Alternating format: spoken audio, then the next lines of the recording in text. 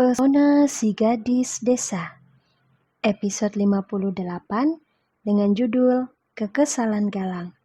Selamat mendengarkan.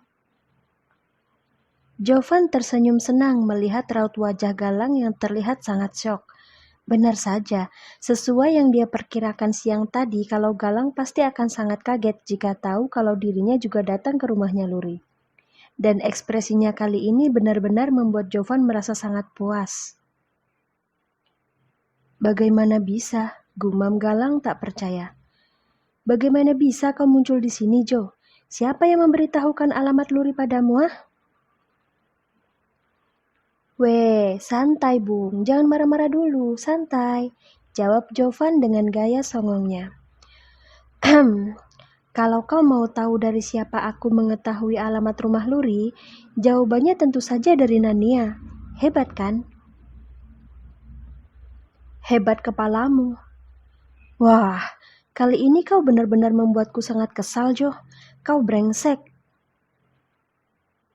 Dengan wajah merah padam, Galang mendudukkan bokongnya di atas sofa. Semua cemilan yang baru saja dibelinya dibiarkan jatuh berantakan di lantai.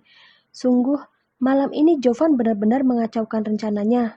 Dan Nania, gadis itu... Kenapa? Kaget ya kenapa Nania bisa begitu baik padaku? Tanya Jovan penuh nada mengejek. Jangan bicara padaku, aku malas mendengar bualanmu, jawab Galang dongkol. Jovan terpingkal-pingkal begitu mendengar jawaban Galang. Rasanya dia puas sekali setelah memberi kejutan yang sangat istimewa pada rivalnya. Andai saja dia membawa kamera, pasti akan sangat lucu kalau dia mengabadikan momen ini ke dalam sebuah vlog.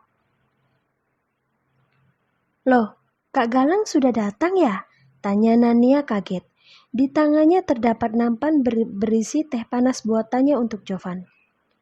Diminum dulu Kak Jovan, nanti cemilannya menyusul ya. Bulu kuduk Jovan dan Galang sama-sama berdiri ketika melihat senyum evil di mulut Nania. Entah kenapa mereka seperti mendapat firasat kalau gadis nakal ini ingin melakukan sesuatu yang jahat pada mereka berdua. Tak ingin menjadi korbannya Nania, Galang dan Jovan sama-sama mawas diri. Mereka terus memperhatikan setiap gerak-gerik dari gadis nakal yang kini tengah sibuk memunguti cemilan di lantai. Hui, Kak Galang ini rupanya tidak bisa menghargai makanan ya. Kalau tidak mau makan ya jangan dibeli, bukan malah dibuang seperti ini. Kak Galang tahu tidak kalau di luaran sana ada banyak anak-anak dan lansia yang kelaparan setiap harinya. Bukannya bersyukur bisa menikmati makanan enak, ini malah dibuang begitu saja. Dasar tidak tahu diuntung, omel Nania. Siapa juga yang membuangnya, Nania? Cemilan-cemilan ini hanya keluar dari tempatnya saja. Jadi kau jangan sembarangan menuduh ya. Aku juga tahu bagaimana cara mensyukuri pemberian Tuhan. Protes Galang tak terima. Dia lalu melirik sinis ke arah Jovan yang sedang menahan tawa. Oh ya? Lalu aku harus terpesona dengan pembelaan kakak begitu? Iuh. Setelah semua makanan dia ambil, Nania langsung berkacak pinggang sembari menatap tajam ke arah Galang. Laki-laki ini sepertinya perlu untuk diberi pelajaran. Jangan menatap seintens itu, Nania. Aku tahu kau sedang merencanakan niat jahat untuk mengerjaiku, ucap Galang jengah. Moodnya sudah rusak gara-gara kedatangan Jovan, ditambah lagi sekarang Nania malah mengomel. Membuat suasana hati Galang semakin bertambah buruk saja. Tahu dari mana kalau aku sedang merencanakan niat jahat, Kak? Tanya Nania penasaran. Tertulis jelas di keningmu. Tangan Nania langsung mengusap keningnya sendiri begitu mendengar jawaban Galang. Dia lalu tertawa saat menyadari kalau dirinya telah dibohongi. Sambil berjalan menuju sofa, Nania melihat-lihat cemilan yang baru saja dia pungut dari lantai. Dia lalu mengernyitkan wajah ketika mendapati sebotol minuman yang berbeda dari botol lainnya. Kak Galang, ini minuman jenis apa? Kenapa aku seperti familiar ya? Jovan menelan ludah begitu membaca tulisan yang ada di botol tersebut. Pipinya merona. Setelah itu dia langsung menatap Galang sembari menggerakkan bibir yang mengisyaratkan kata umpatan seperti, "Kau sudah gila ya?" Minuman itu sengaja aku beli untuk Luri, Nania. Itu adalah semacam obat yang bisa meredakan nyeri ketika datang bulan, jelas Galang dengan santai. Oh, pantas saja aku merasa tidak asing, sahut Nania seraya mengangguk-anggukan kepala. Kak Galang perhatian juga ternyata. Kau bahkan tidak malu untuk membeli obat seperti ini untuk kakakku. Calon-calon suami idaman. Daun telinga Galang seperti mengeluarkan sayap ketika mendapat pujian dari Nania. Dia tidak menduga kalau gadis ini ternyata bisa berkata manis juga. Sambil tersenyum penuh kemenangan, Galang mengacungkan jari jempol ke arah Jovan kemudian membaliknya ke bawah. Mengejek rivalnya itu karena lagi-lagi dia yang berhasil memenangkan hati Nania. Tadinya Galang sama sekali tidak terpikir untuk membeli minuman seperti itu. Akan tetapi saat dia tengah membeli cemilan di supermarket, dia tidak sengaja mendengar pembicaraan beberapa anak perempuan yang sedang membahas tentang tamu bulanan mereka. Lalu tercetuslah ide untuk membeli minuman tersebut dengan harapan kalau Luri bisa segera sembuh lalu kembali masuk sekolah. Sehari tanpa ada Luri di sampingnya membuat waktu Galang terasa sangat membosankan. Sungguh, dia tidak bohong. Galang, Jovan, kalian di sini? Aduh, kakak, kenapa keluar dari kamar sih? Kalau pingsan bagaimana? Pekik Nania kaget melihat kemunculan sang kakak di ruang tamu. Galang dan Jovan buru-buru menghampiri Luri yang terlihat lemah saat sedang berjalan. Mereka sangat khawatir padanya. Hati-hati, ucap Galang. Pelan-pelan, imbuh Jovan. Luri tersenyum sambil menggelengkan kepala melihat kelakuan dua temannya ini. Dia kemudian duduk di samping adiknya yang tengah sibuk mengabsen berbagai macam jenis cemilan di tangannya.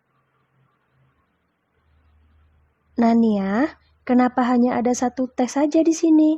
Kan tamunya ada dua.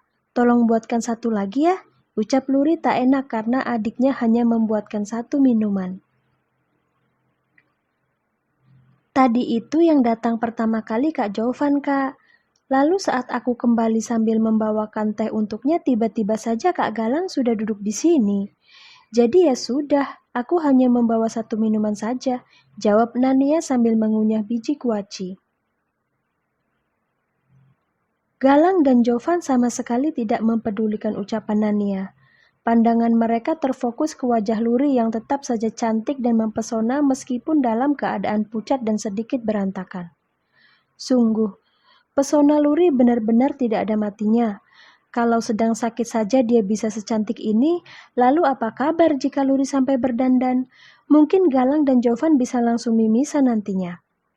Akan tetapi hayalan mereka sepertinya tidak akan pernah menjadi kenyataan karena Luri tidak pernah memakai make up. Gadis ini memiliki kecantikan yang natural, suatu keindahan yang sudah jarang sekali bisa ditemui di era modern di mana hampir semua wanita cantik karena make up. Oh iya Lang, Jo, kalian sudah makan belum? Tanya Luri pelan. Aku sudah makan sebelum datang kemari, Luri.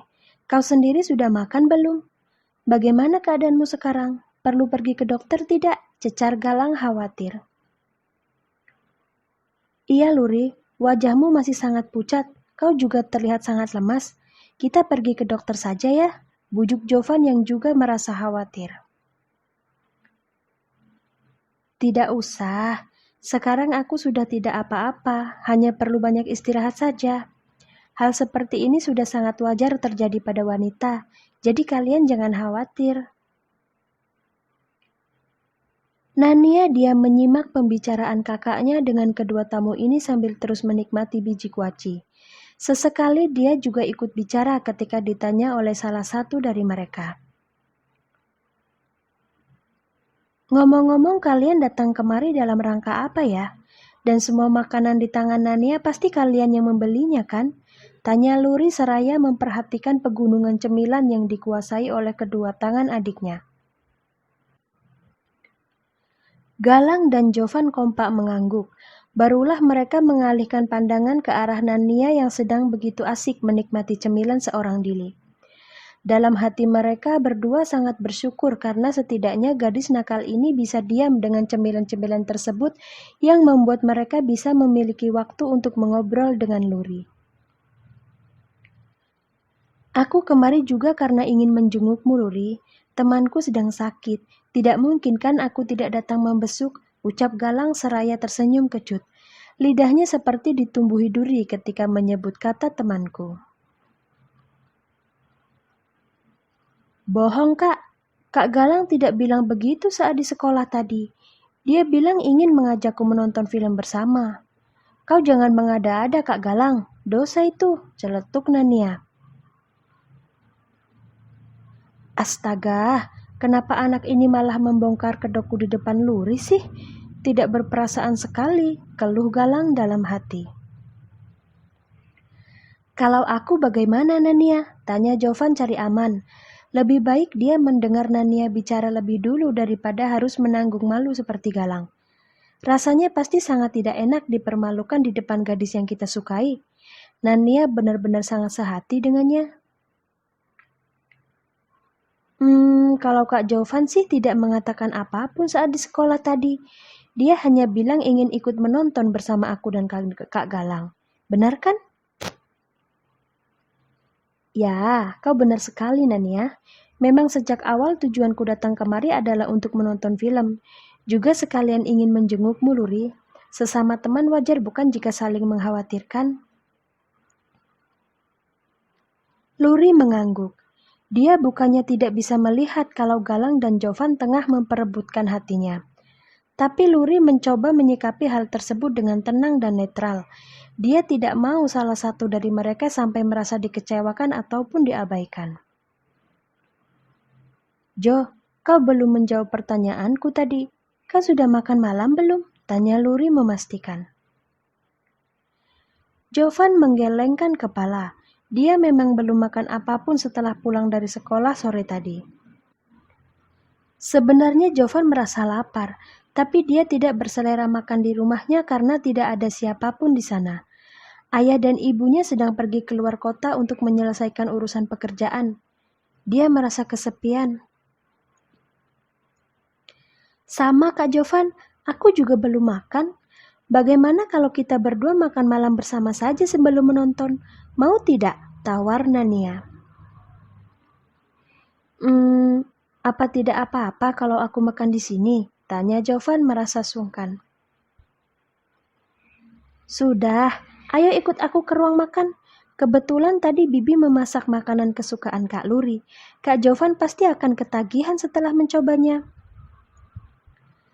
Dengan tidak manusiawi, Nania menyeret tangan Jovan untuk masuk ke ruang makan.